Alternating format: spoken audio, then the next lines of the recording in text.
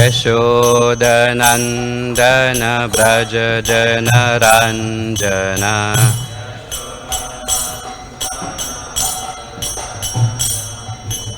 यशोदनन्दन व्रज जनरञ्जन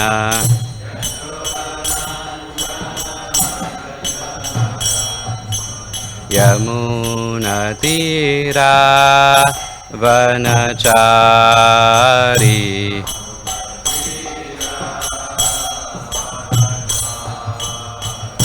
यमुनतीरा वनचारी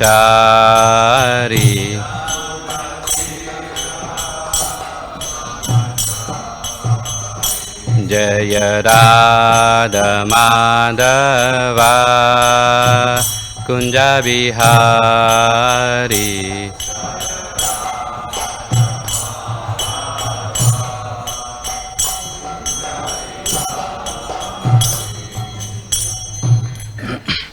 जय ओम Vishnupad Paramhans परिव्राजकाचार्य अष्टोत्तर Shri Shrimad divine grace भक्ति वेदांत स्वामी शिल प्रभुपाद की जय ओम विष्णुपाद परमहंस परिव्राजकाचार्य अष्टोत्तर शत श्री श्रीमद भक्ति सिद्धांत सरस्वती गोस्वामी महाराज प्रभुपाद की अनंत कोटि वैष्णव वृंद की नामाचार्य हरिदास ठाकुर की प्रेम से कहो श्री कृष्ण चैतन्य प्रभु नित्यानंद श्री अद्वैत गदाधर श्रीवासवती गौर भक्त वृंद की श्री श्री राधा कृष्ण गोप गोपीनाथ श्यामकुंड राधा कुंड गिरि गोवर्धन की वृंदावन मथुरा धाम की नवद्वीप मायापुर धाम की जगन्नाथपुरी धाम की गंगा माई यमुना माई की भक्ति देवी तुलसी महारानी की समवेत भक्त वृंद की गौर प्रेमानंदे All glories to the simple devotees, all glories to the simple devotees, all glories to the simple devotees, all glories to Shri Guru and Gauranga, Jagat Guru Shri Prabhupada ki.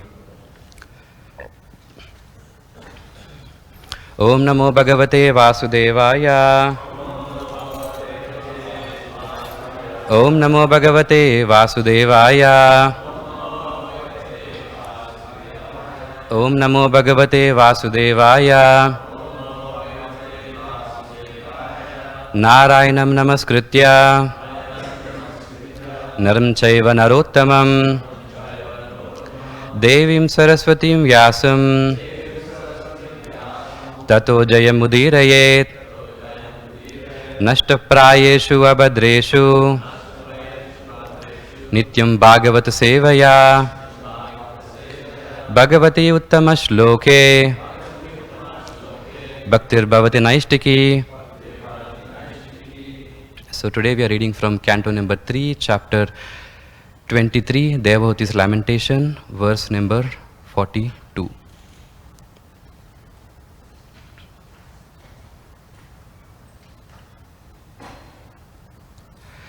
Kim durapadanam tesham Kim durapadanam tesham Pumsan udama chetasam Pumsam udama chetasam Yair ashitas tirtapadas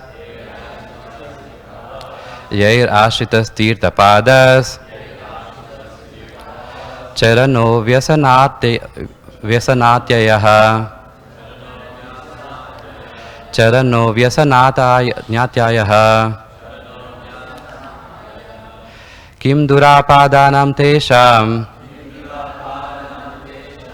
Pumsan udama chetasam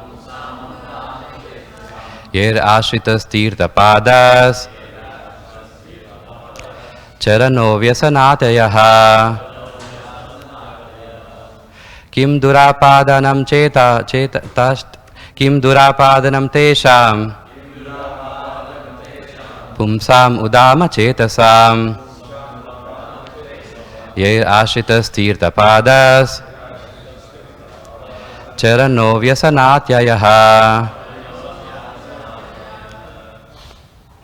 Someone can repeat, please. Kim durapadanam chetam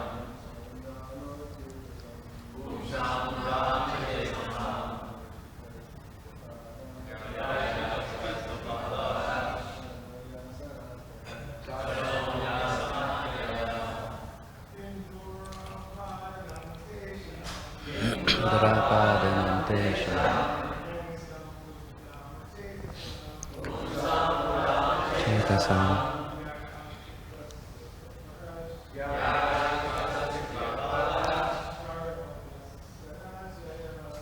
Charano Vyasanatyayah. Kim Durapadanam Chesham. Pumsam Udam Chetasam. Yair Ashritas Tirthapada. Charano Vyasanatyayah. Matadi. Kim Durapadanam Chetasham. Pumsam Udam Chetasham. Yair Ashritas Tirthapada. Charano Vyasanatyayah. Matajis. Kim Durapadanam Chesham. Sam Chesham.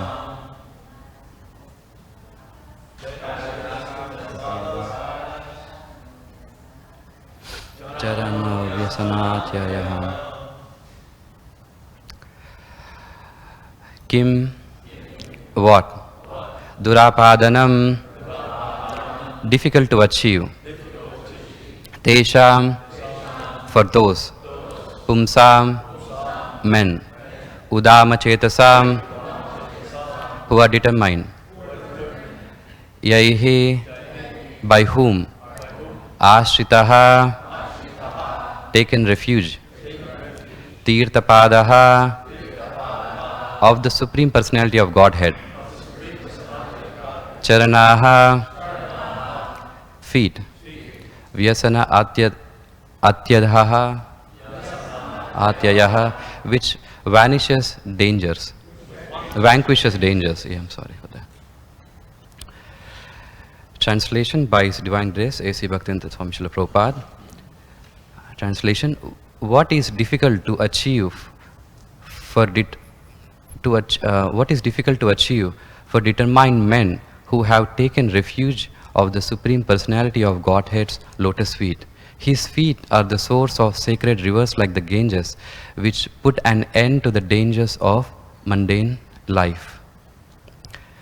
We can repeat together. What is difficult to achieve for determined men who have taken refuge of the Supreme Personality of Godhead's lotus feet? His feet are the source of sacred rivers like the Ganges, which put an end to the dangers of mundane life. Purport. The word Yair Ashitas Tirthapadas Charanaha are significant here. The Supreme Personality of Godhead is known as Tirthapada. The Ganges is called a sacred river because it emanates from the toe of Vishnu. The Ganges is meant to eradicate all the material distresses of the conditioned soul. Therefore, nothing is impossible for any living entity who has taken shelter of the holy lotus feet of the Lord. Kardama Muni is special not because he was a great mystic, but because he was a great devotee. Therefore, it is said here that for a great devotee like Kardama Muni, nothing is impossible. Although yogis can perform wonderful feats, as Kardama Muni has already displayed, Kardama was more than a yogi because he was a great devotee of the Lord. Therefore, he was more glorious than an ordinary yogi.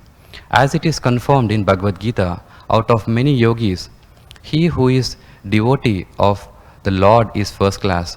For a person like Kardama Muni, there is no question of being conditioned. He was already a liberated soul and better than the demigods, who are also conditioned. Although he was enjoying with his wife and many other women, he was above material conditional life.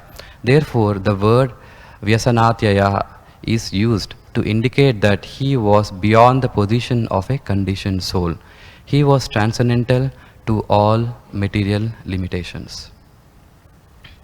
Thus, in the purport, Om Ajnanatimirandasya Ajnananjanashalakaya Chakshul Unitam Ena Tasmai Shri Gurave Namaha Shri Chaitanya Manobishtam Stapitam Ena Bhutale Swayam Rupa Kadamayam Dadati Swapadantikam Vandeham Shri Gurum Shri Utapadakamalam Shri Gurun Vaishnavamscha Shri Rupam Shagrajatam Sahagana Raghunathanvitam Tam Sajivam Sadvaitam Savadutam Parijana Sahitam Krishna Chaitanya Devam Sri Radha Krishna Padan Sahagana Lalita Shri Vishakanmitamscha He Krishna Karuna Sindhu Dina Bandho Jagatpate Gopesha Gopika Kanta Radha Kanta Namostute Tapta Kanchana Gaurangi Radhe Vrindavaneshwari Vrishabhanu Sute Devi Pranamami Hari Priye Vancha kalpatarubhyascha krupa sindubhya evacha patitanam pavanebhyo vaishnavebhyo namo namaha Jai Shri Krishna Chaitanya Prabhu Nityananda Shri Advaita Gadadhara Srivasati Gaura Bhakta Vrinda Hare Krishna Krishna Krishna Hare Hare Hare Rama Rama Rama Hare Hare. So welcome all for today's Srimad Bhagavatam class. So in today's verse, basically it glorifies the lotus feet of the Supreme Personality of Godhead. But however, if you see the purport, basically Prabhupada's focus is more on the position of Kardama Muni in the purport, right? Basically, the verse is talking about the Lord, but the purport is more focused on Kardama Muni. So in this talk today, basically I will be focusing on explaining the transcendental position of Kardama Muni. So this basically I will be systematically establishing how Kardama Muni is transcendental, and I will be doing this in like 3 steps, right? So in the first step, basically we will see how the other great personalities describe Kardama Muni, right? And later on we will see what is the position of Kardama Muni, or what is his advancement of Kardama Muni in terms of yoga and in terms of bhakti. So in these 3 steps, basically I will try to establish how that Kardama Muni is transcendental. So the first one, let's start with the expert opinion, right? That's what they say, right? Expert opinion. So because if you see the Kardama Muni, the first mention of Kardama Muni is in chapter 21. And then from there, chapter 21, 22, 23, 24, almost like 4 chapters is dedicated for Kardama Muni. So when it first appears, basically it's basical again. It goes back to the conversation between Maitreya and Vidura, right? So basically Vidura is asking questions and Maitreya is responding, right? So first let's see how Maitreya is describing Kardama Muni. So these are some of the references how Maitreya is addressing Kardama Muni. All these verses are from the 21st chapter. Like he says, Bhagavan Kardamo, means the worshipful Kardama. And he says, Kriya Yogena Kardama, means basically Kriya Yoga basically means that, because Kardama has involved in the Kriya Yoga, the mystic yoga, so he's basically explaining him as a great yogi. And then he further says, Kardamo Bhagavan Rishihi, basically it refers to him as a powerful sage. And Malinam Yatharhanam, means a soil gem. Basically this word comes when Manu comes to the hermitage of Kardama along with his daughter, right? When Manu first sees Kardama, this is how he describes Kardama. Malinam Yatharhanam, means he's like a soil gem or like an unpolished gem. And let's see how Manu describes Kardama. Basically, in the 22nd chapter, we see conversation between Manu and Kardama. And over there, we see, he says, Drishtame Bhagavan Drishtyo. Manu says that, my dear Kardama, you are someone who cannot be seen by someone who has not subdued his mind. Basically, he says that it is his good fortune that he is able to see Kardama.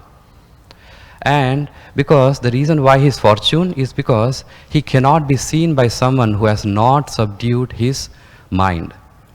And he further says, Dvija Arya means, O best of the Brahmanas, and Vidwan means, O wise man. So these are some of the ways how Manu glorifies or describes Kardama. And let's see what how Devahuti describes Kardama. This is in chapter 23. Because if you see Kardama, even though Devahuti's name appears in chapter 22 itself, but she doesn't speak till chapter 23. The first conversation between Devahuti and Kardama happens in chapter 23, which is what we are currently in. There she says, Dvija Varsha means, O best of the Brahmanas. And she further says, Amoga Yoga Mayadipe means the master of mystic powers. And Isha, my dear Lord. So this is how the other personalities involved in the pastimes of Kardama Muni describes Kardama Muni.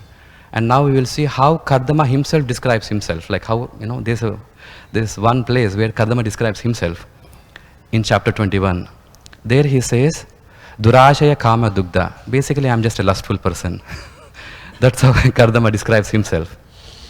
Because when the Lord appears, when Lord gives darshan to Kardama Muni in the chapter 21, and when Kardama Muni is praying to the Lord to bestow him with a good wife for the progeny, over there, this is just one situation where he just says, Kama Dugda, means I'm just a lustful person. That's how he describes. But of course, these are all, how the great personalities describe. But someone can say, maybe these are just some biased opinions, right? Because if you see Manu, he's trying to give his daughter to Kardama, right? So he's definitely trying to glorify Kardama, right? And of course, Devahuti, she is a wife, so she definitely has to speak in a respectful way to the husband, right? And of course, and coming Maitreya, Vidura, so over there also, because he married the daughter of Manu, so he's a respectful person, so he definitely has to speak in a respectful way. But however, now let's see how, if you see all these descriptions, how Kardama is addressed, he said that he's a great sage, he's a great Brahmana, he's a mystic yogi, and all these descriptions. But it doesn't really establish the Kardama's position as a pure devotee yet. So that is where now we will see how the Lord is describing Kardama Muni. In the 21st chapter, when the Lord speaks to Kardama, this is how it says. The Lord continued, My dear Rishi, O leader of the living entities, for those who serve me in devotion by worshipping me, especially persons like you who have given up everything unto me, there is never any question of frustration. Just try to see how the Lord is addressing Kardama Muni. He says that you are like a best devotee, right? Basically, especially persons like you. So this is how the Kardama Muni is described by various personalities, and including the Lord himself. And he's described in terms of from the position of a yogi, from the position of a devotee, and from so many other positions as well. So this is the first step. And now let's go ahead and describe the position of Kardama Muni in terms of yoga. Because as you all know, he's a mystic yogi. And in the mystic yoga process, basically the perfection is twofold. The one is called Asampragnat Samadhi, and second one is called Sampragnat Samadhi.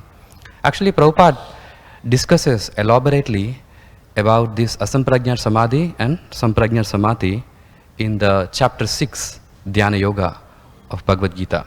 Over there, he kind of further discusses this, about all this. Of course, we don't have time to go through detail, but I would recommend read chapter number 6, where Prabhupada explains these two stages. And before I kind of go a little bit deep into Kardama's position, I would like to first explain a little bit about the yoga process, because I see that there are some misunderstandings about the yoga. I would like to clarify a few of those misunderstandings. The first thing is that the Patanjali's Yoga Sutras, because we all know that there are 6 schools of Indian philosophy, right? You have Vedanta, you have Nyaya, Vaisheshika, Yoga, Vedanta, and all those schools. Out of these schools, we belong to the Vedanta school, right? And for the Vedanta school, there are some Purva Pakshas, which is opposing philosophies, which we refute, right? Veda Vyasa refutes those philosophies. But yoga is not a Purva Paksha to Vedanta. All the Vaishnavacharyas have accepted Yoga Sutras.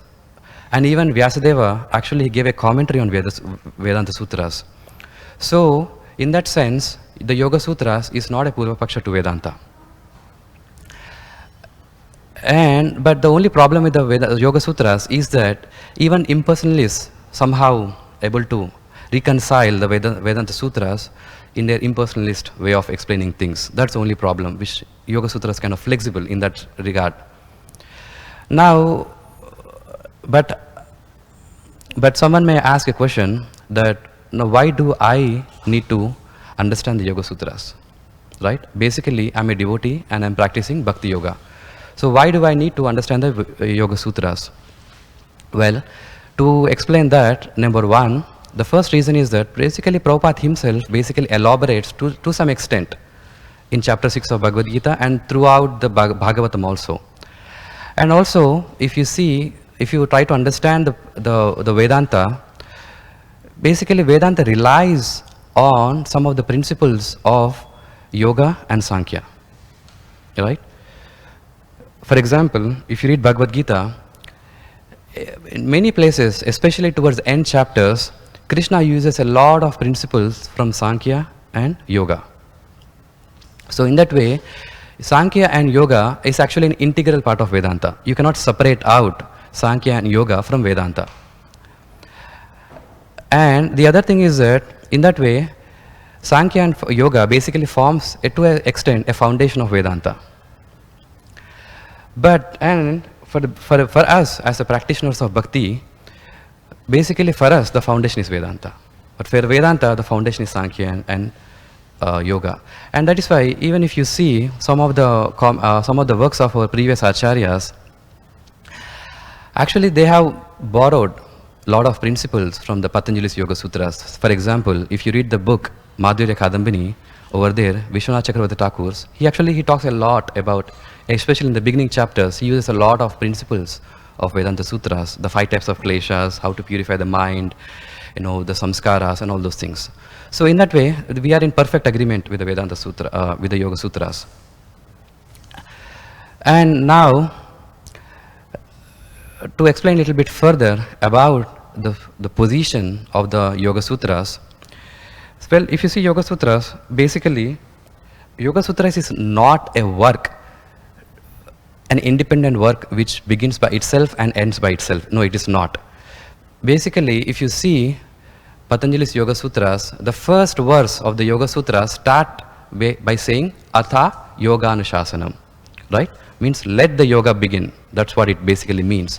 Now the word Atha, what does it Atha means? Atha basically has 2 meanings. One, Atha means now, or Atha can also means continue.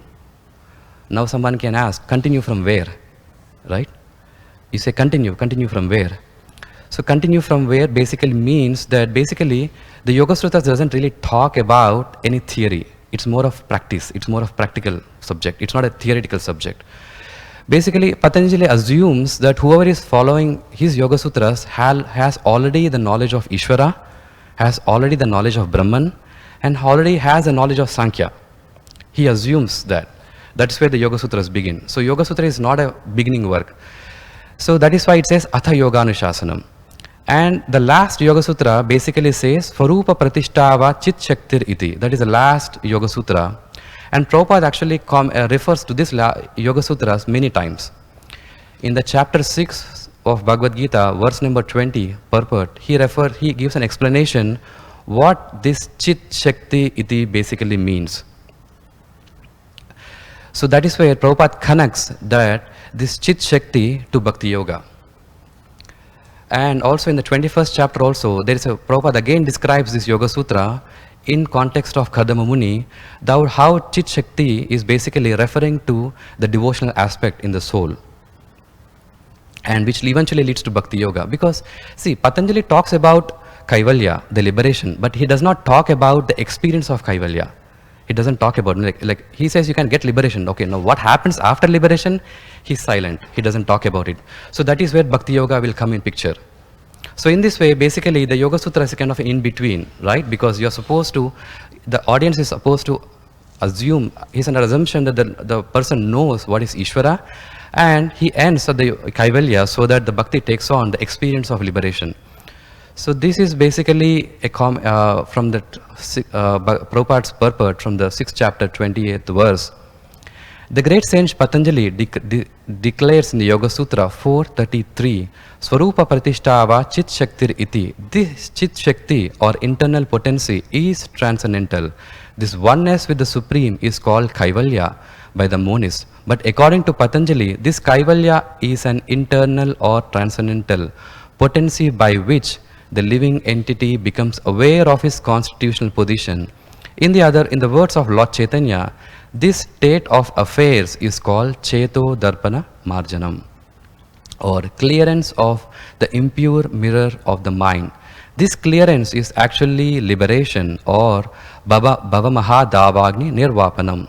So this is where you can see a short description of Prabhupada's Yoga Sutra commentary on 433. It should be 434, but anyway it says 433. So now coming back to Kardama Muni, now if we try to understand the position of Kardama Muni in terms of yoga, basically that is described by Prabhupada in the 21st chapter, verse number 12, where the translation says, when Kardama Muni actually realized the Supreme Personality of Godhead in person, he was greatly satisfied because his transcendental desire was fulfilled. So there's a long purport for this verse, which Prabhupada, basically he kind of says the same thing what he has given to the 6th chapter 20th verse. He again repeats the same purport again to this verse of Bhagavatam, 12th verse. Again, and over there, Prabhupada says that basically Kardama Muni has reached the stage of this one, Samprajñat Samadhi, because the highest stage is Samprajñat Samadhi. And Prabhupada basically says that yes, Kardama Muni has reached the stage of Samprajñat Samadhi, which is basically the ultimate perfection of yoga. So in terms of yoga, he already has reached the stage of Samprajñat Samadhi. That is clear in verse number 12. According to Patanjali, when one is fixed in the constant realization of supreme form of the Lord, one has attained the perfectional stage as attained by Kardama Muni. So, basically, a lot of times actually Prabhupada, refers to these, principles of Sankhya and principles of yoga in some of his commentaries. And most of the answers are already answered there, but sometimes we tend to kind of skip those things, right? But everything is there. So now, but of course, someone may ask that, how do you prove that he has reached the stage of Samprajñat Samadhi? So now let's try to just, I'm just going to give some principles from Yoga Sutras and establish that, how basically Kardama has achieved the perfection, some of the perfections of the mystic yoga in light of Yoga Sutras. For example, in the chapter 3 of Yoga Sutras, which basically talks about the mystic powers, one of the mystic power is that Pratyaksha Parachitta Jnanam, means one attains the knowledge of others' minds. This is one of the mystic powers a yogi attains. When a person reaches the perfection in yoga, he can gain the knowledge of others' minds. And he says, Sarva Bhuta Ruta Jnanam, means one attains the knowledge and the speech of all creatures. This is one more reason how Hanuman was able to talk with monkeys, because even though they're different, but he was able to speak. That is because he is Samyami. This is one of the examples, Sarva Bhuta Ruta Jnanam. So these are some of the siddhis. And if you look at Kardama Muni, in chapter number 23, over there also it says, Kardama is described as Sarva Bhutasya Abhijnaha, means Kardama Muni could understand her feelings because he could study the heart of everyone. Because till chapter 23, basically there's no conversation between Devahuti and Kardama, because Kardama could understand the heart of Devahuti and Devahuti is able to understand the heart of Kardama was able to understand the heart of Devahuti, and this is why reason, because it says Sarva Bhutasya Abhijnaha, basically he is able to understand the heart of Devahuti. And one more siddhi is Tato Mano Javitam Vikarana Bhava Pradana Jayascha. Basically one attains the speed like a speed of light, activity independent of senses, and mastery over primordial matter. So this is very important. Pradana Jaya. You know what Pradana means? Pradhana basically, the primordial matter. If you know the creation, the pradhana is the most subtle thing. Because see, everybody has some mastery over gross elements, right? Even the scientists, they manipulate the gross elements. But the subtle element is the more difficult to manipulate. Only yogis can do. And the most subtlest of all the subtle elements is pradhana, the primordial matter. And the yogi basically can manipulate the pradhana jaya. That is how Kadamumuni was able to create that palace which is flying in the air, right? So this is one of the mystic power which a yogi attains once he reaches the Samprajñat Samadhi, Pradhana Jaya. And that is why you can see, this is yesterday's verse. Not yesterday means the Friday's verse. Basically over there he says, Kama Geya Mahiyasa Vimana Khan Atyeshata. Means which could fly at his will. He surpassed even the demigods. Because even the demigods has some mystic powers. Even they have some power to manipulate or mastery over the 24 elements of nature. But however, Kadamumuni has surpassed the perfection of even the demigods. So this is how we can understand the Kardama's position in terms of yoga. Now let's move to the third step, which is Kardama's perfection in bhakti.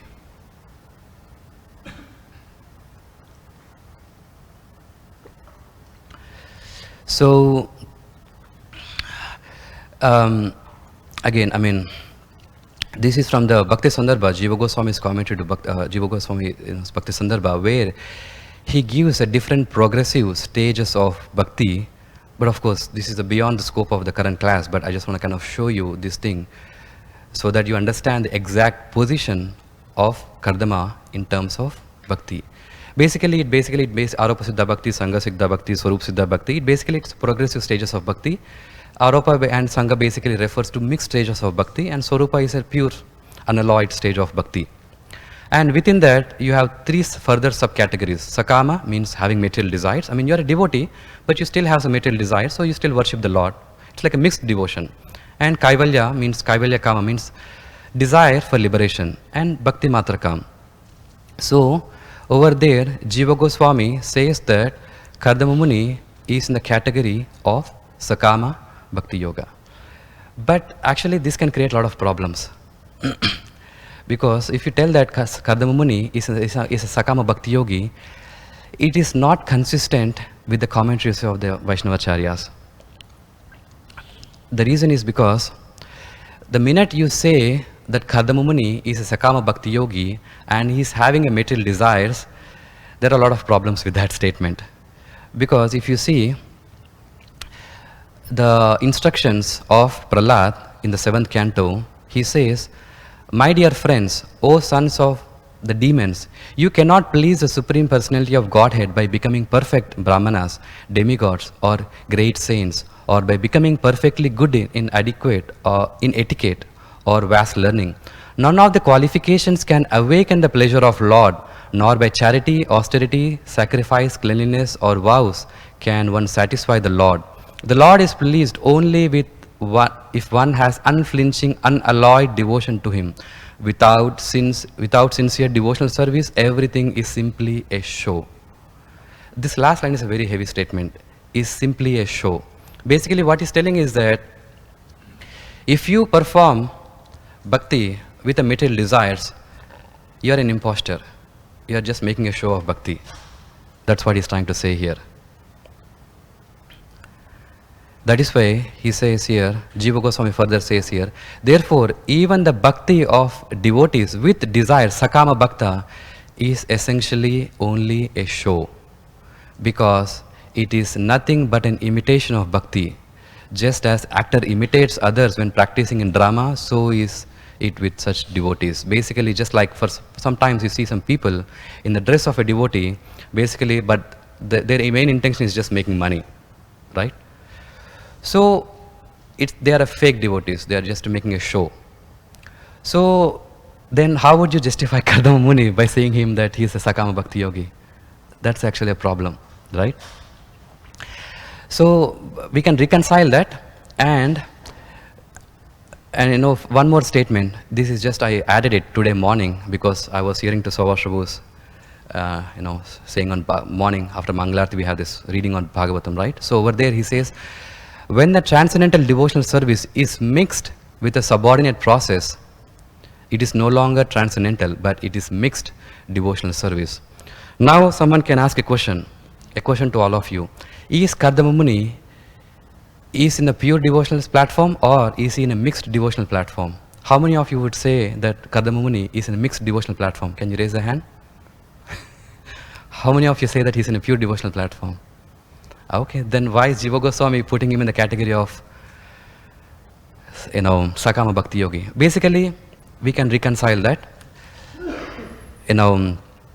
Although he was enjoying with his wife and many other women, he was above material and conditioned life. Therefore, the word Vyasanatya is used to indicate that he was beyond the position of conditioned soul. He was transcendental to material limitations. So now we'll try to understand how is Kardama Muni transcendental in terms of bhakti if he is having desires. So this is Jiva Goswami. After telling that he is a Sakama Bhakti Yogi, he further continues and says that although Kardama was free from desires, as understood from the fact that Bhagavan shed a tear of delight on seeing him, he worshipped Bhagavan with a desire to beget progeny simply out of respect for the order of Brahma. So, Kardama Muni, if you see, actually he has many good qualities, right? If you see how the previous great personalities have described him, he was able to control his senses, he has mystic perfection, he's the best of Brahmanas, he's a perfect sage, there are so many good qualities. But for us to establish that Kardama is in a pure devotional platform can be, basically can be pinpointed to one quality. The one quality Jiva Goswami picks to say that Kardama Muni is free from desire is from this statement. He says, he worshipped Bhagavan, the fact that Bhagavan shed a tear of delight on seeing him. I mean, if he is a mixed devotee, then why would Bhagavan shed a tear, right? I mean, we have seen Bhagavan gave darshan to many devotees in the past, right? There are so many instances the Lord has appeared, gave darshan to the Lord. But how many times the Lord has shed a tear? Can someone give any pastime where Lord shed a tear when he gave darshan? Can anyone remember any pastime when Lord shedding a tear? Yeah. Sudama. Yeah, okay. Any other pastime where Lord shed a tear? Because Lord doesn't shed a tear very often. It's Prahlad. The Lord shed the tear by looking at Prahlad. So, this is basically from the 21st chapter, 38 and 39 verse. It was called Bindu Sarovar because the drops of tears has fallen there from the eyes of the Lord, who was overwhelmed by the extreme compassion for the sage who had sought his perfection. So this is the most powerful quality which Jiva Goswami picks to establish that even though he is a Sakama devotee, but actually he is free from the desires, right? And he is transcendental. The reason is because the Lord has shed the tears by looking at the devotion of Kardama Muni.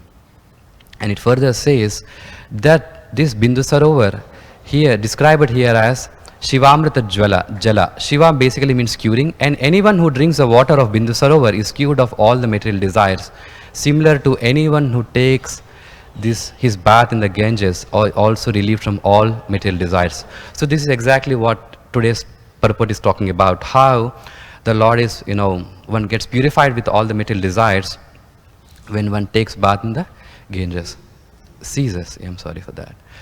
So, yeah, so that's the end of my talk. Basically, even though Jiva Goswami classifies him the category of Sakama Bhakti Yogi, but again, he further clarifies, saying that no, he's not really, but he's actually free from the desires. And the only reason why he even asked that the desire is because he's duty bound, because of the command which he has received from Brahma. And he's transcendental, and the reason he's transcendental is not because he's controlling his senses, because controlling the senses anybody can do, like even a yogi can control his senses, right? But that doesn't, devotee can control the senses as a byproduct, but just because someone is controlling the senses doesn't make that he's a devotee. But that is the reason why the quality which Jiva Goswami picked to establish the transcendental position of Kardama is that because the Lord has shed a tear by looking at his devotion and his austerity. So in this way, in all respects, with the respect to the opinion of the great personalities, with respect to the yoga, with respect to the bhakti, Kardama Muni is no ordinary soul, and he's no ordinary yogi, and he's no ordinary devotee. And he said, pure devotee, and he's situated in the highest transcendental stage. That's it. Any questions or comments? Yeah.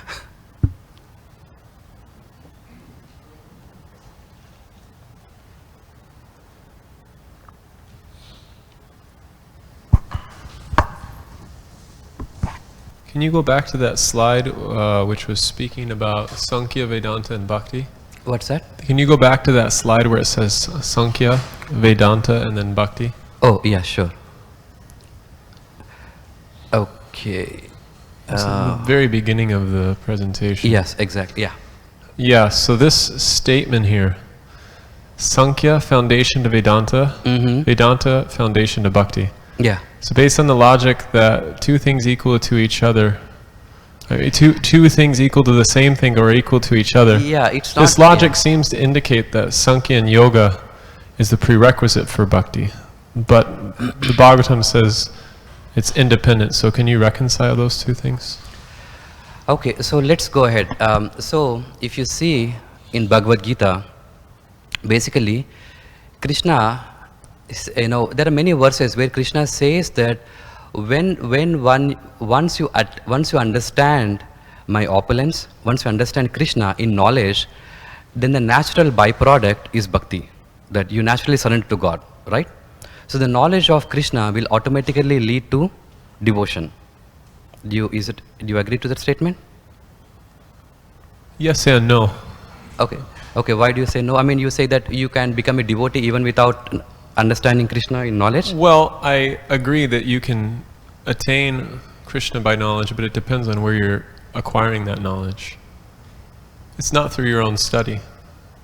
Mahat kripa kona jiva karme bhakti naya Krishna bhakti duri rahu samsare nahasyai. That unless one receives mahakripa, their so-called activities of bhakti, although they may appear like bhakti, it's not bhakti. And furthermore, if one hasn't received the mercy of a pure devotee, there's no chance of getting free from samsara. That's all right, but I'm talking specifically about the knowledge. Even when one receives the mercy of a pure devotee, but that does not mean that he does not know who is Krishna, or he does not understand Krishna as God. No, even the knowledge of Krishna is required for someone to become a devotee. So knowledge is must for bhakti. Bhakti is not a sentiment. Bhakti is based on a strong knowledge of Bhagavan. So in that sense, knowledge is required. And bhakti is a natural byproduct of the knowledge of Krishna. So, and now, when you say knowledge of what? I'm not talking about knowledge of impersonal Brahman, basically knowledge of Krishna. And if you read Bhagavad Gita chapters, the knowledge of absolute, and towards the end chapters, there are many places where Krishna uses Sankhya to explain his position as a Supreme Lord. When he is explaining the 24 elements in chapter number 13, it's Sankhya. And when he is explaining about chapter 6, Jnana Yoga, it is Yoga. So the principles of Sankhya and the principles of Yoga is smeared all over Bhagavad Gita. And that's an integral part of Vedanta. But that doesn't necessarily mean that they're foundational to Bhakti. Bhakti is foundational to Sankhya and Yoga. Well, when I say foundation, I'm not telling that Sankhya and Yoga in itself complete in its knowledge. No, it's inclusive. Vedanta is including the principles of Sankhya and Yoga, but that does not mean that Sankhya and Yoga has the principles of Vedanta. It's not the other way around. That's why I use the word called integral part. Sankhya and Yoga are an integral part of Vedanta. We cannot separate out Sankhya and Vedanta out of Vedanta. And you cannot understand Vedanta without understanding the principles of Sankhya and Yoga. Never. Even in Bhagavatam, the third canto is full about Sankhya. And again, Uddhava Gita, there are so many examples of principles of Sankhya and Yoga which Krishna talks about. So it's so integral that you cannot separate out Vedanta and Yoga and Sankhya and Vedanta. I mean, Sankhya and Yoga. But you see, there's many scholars who understand Vedanta, they understand Sankhya, they understand Yoga. Yes. That doesn't necessarily mean that they understand Bhakti. Yes, that is true. That is why Krishna says Raja Vidya Raja Guhyam. Just because you understood Sankhya doesn't mean that you're going to be a devotee. So that is why the knowledge alone is not sufficient, but knowledge is required. That is why it said Raja Vidya Raja Guhyam. Yeah. So could you say that that the real understanding of this would be in reverse? Bhakti is foundational to Vedanta, and Vedanta is foundational to Sankhya. Yeah, the other five also we can say. There's, yeah, Achita Prabhuji. I want to translate. Hare Krishna. Thank you for a nice presentation. You're going around in circles here. Yeah. Bhakti is part of our foundation as living entities. It's not something that you acquire and then you go back to Godhead. Nitya Siddha Krishna Prema Sadhya Kabunai. The love of Krishna, which is Bhakti. Bhakti means loving devotional service. That love and devotion to Krishna is innate in the soul. It's not something that you have to acquire by studying Sankhya or this or that. Yeah. And that's why the damsels of Vrindavan are pointed out. They didn't go to Gurukula to learn Sankhya and Yoga and all that. But by loving Krishna, they already knew that. And therefore, Prabhupada pointed out in several places where when it came time to speak some philosophy, they were able to do it, even though they never went to school to study philosophy. Yeah. But because they love Krishna, because that bhakti is completely manifest, then so all Sankhya, Yoga, everything else is included. Yeah, sure. But the point is that bhakti is foundational to the soul. It's not something that you acquire after you learn yoga and then you learn Sankhya, sure. And then you come to the point of being a bhakta. We're bhaktas by nature. Sure. That's our original position. Exactly. Nitya Siddha Krishna Prema Sadhya Kabunai. Exactly. No, it's there. Definitely. Yeah, but yeah, that is true. But for us to systematically understand the position of Krishna in a systematic way, that is why Bhagavatam does talk about Sankhya and Yoga. If that is not required, then Bhagavatam would have never spoken about Sankhya and Yoga. Then why is Bhagavad Gita, why is Krishna talking about that in Bhagavad Gita, and why are we talking in the Bhagavatam? We could have just skipped those chapters, right? But, that's why, there's 10 topics, right, in Bhagavatam, and even though there are 10 topics, the ultimate topic is to understand Ashraya, but even though if you do not completely understand one limb of the 10 aspects, you can still understand the Ashraya. That is still all right. It helps, but it's not a must in that sense over there. Yeah, but that ashraya is achieved by taking shelter of a devotee. Yeah. And if you take shelter of a devotee and do whatever the devotee tells you and accept whatever the devotee tells you about Krishna, then you don't have to go separately through Sankhya and Yoga. Yeah, but it's not excluded. Yes, if you're coming from the Sankhya school or from the Yoga school, ultimately your bhakti can be revealed when you completely surrender. And that surrendering process has to be initiated by a pure devotee of the Lord. Exactly. That is true. Yeah. Any further comments or questions? Okay. Come in terms of all this, because Krishna is in the heart of the living entity, and he says that he gives them knowledge and forgetfulness. Yes, because in the heart there is Atma and there is Paramatma, right? Yes. So basically the question is, where is this knowledge? Is this knowledge in Atma or is this knowledge in Paramatma? This is actually described in the 12th canto. Maybe I can share the reference to you. I don't have it like right now. But over there it describes what happens exactly when a person becomes self-realized. That bija of that Omkara bija, basically, which is the knowledge, gets revealed in the heart space of the yogi, and that's how he acquires the knowledge. It's more like a technical thing in the 12th chapter. Over there, how the knowledge, the Omkara bija, the Omkara bija has all the knowledge in it. And that bija is basically in the Paramatma, and Paramatma reveals that knowledge to the Atma when a person becomes self-realized. So it's a little bit more technical over there, and that is basically that verse can be referred back to this verse, but how a jiva is becoming forgetfulness and and sometimes remembering because of the location of that knowledge. Yeah. I can share that verse with you It seems later like the on. living entity forgets his identity. That is true. And then Krishna in the heart as Paramama, he initiates That is true. Exactly. the activity. Yeah, exactly. Yeah. But acquiring the knowledge is also a part of the process. Yeah. So in that sense, yeah.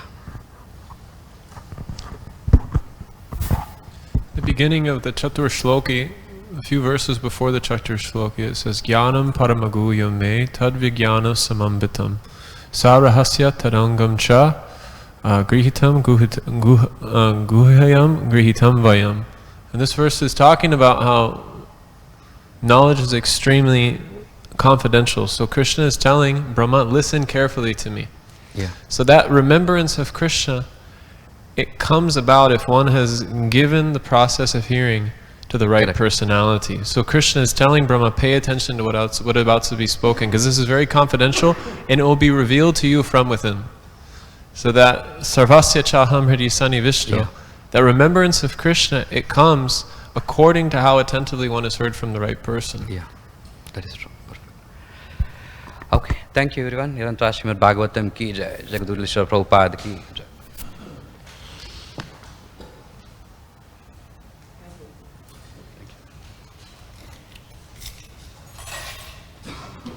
Hare Krishna.